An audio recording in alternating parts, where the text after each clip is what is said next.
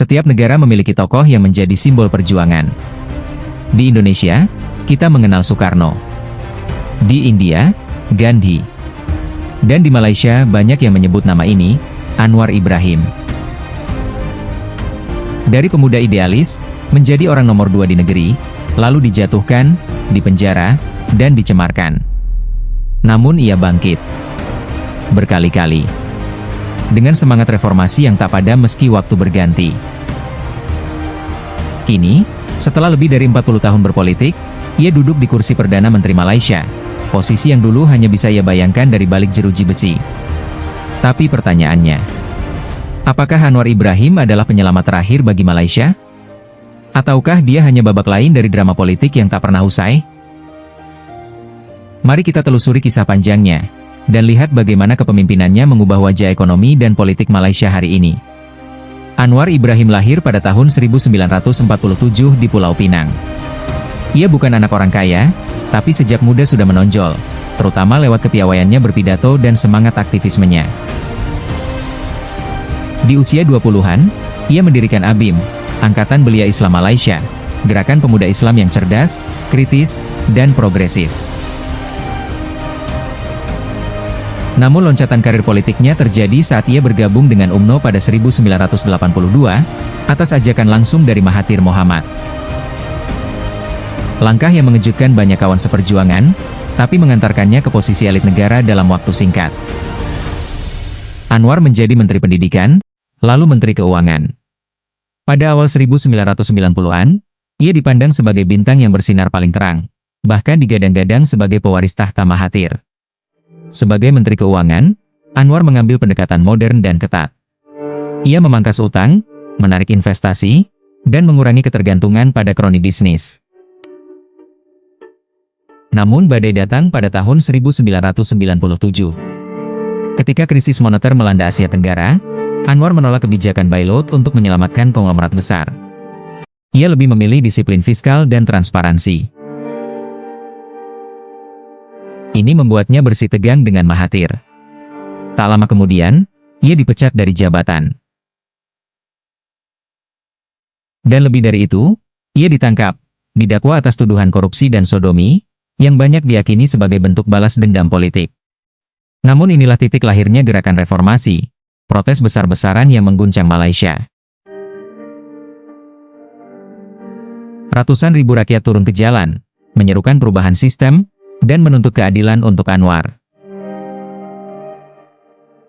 Meski dipenjara bertahun-tahun, Anwar tetap menjadi simbol harapan rakyat, harapan akan Malaysia yang lebih adil, lebih bersih, dan lebih demokratis.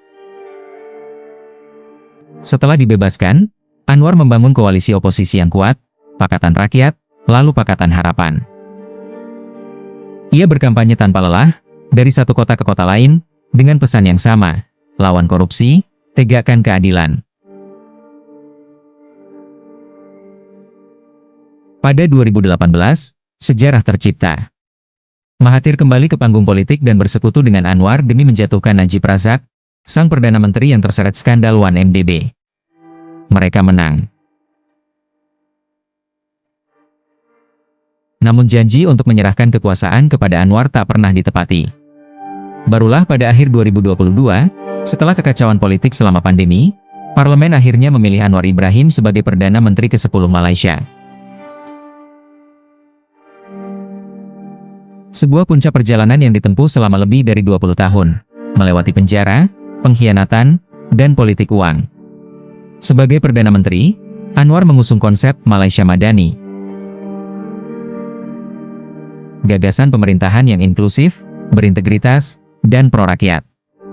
Ia memulai langkah-langkah berikut. Meningkatkan efisiensi birokrasi dan memberantas rasuah, korupsi. Menolak campur tangan politik dalam penunjukan lembaga yudisial. Meningkatkan kesejahteraan rakyat miskin dan menengah. Mendorong pembangunan industri digital dan energi hijau.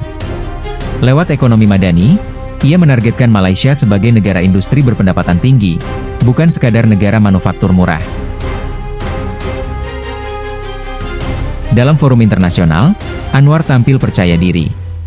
Ia menegaskan posisi Malaysia yang non-blok namun strategis, terbuka untuk kerjasama dengan Barat, Timur, dan dunia Islam. Secara ekonomi, Malaysia menunjukkan performa yang positif. Tahun 2024, pertumbuhan PDB mencapai 4,2%, lebih baik dari yang diperkirakan.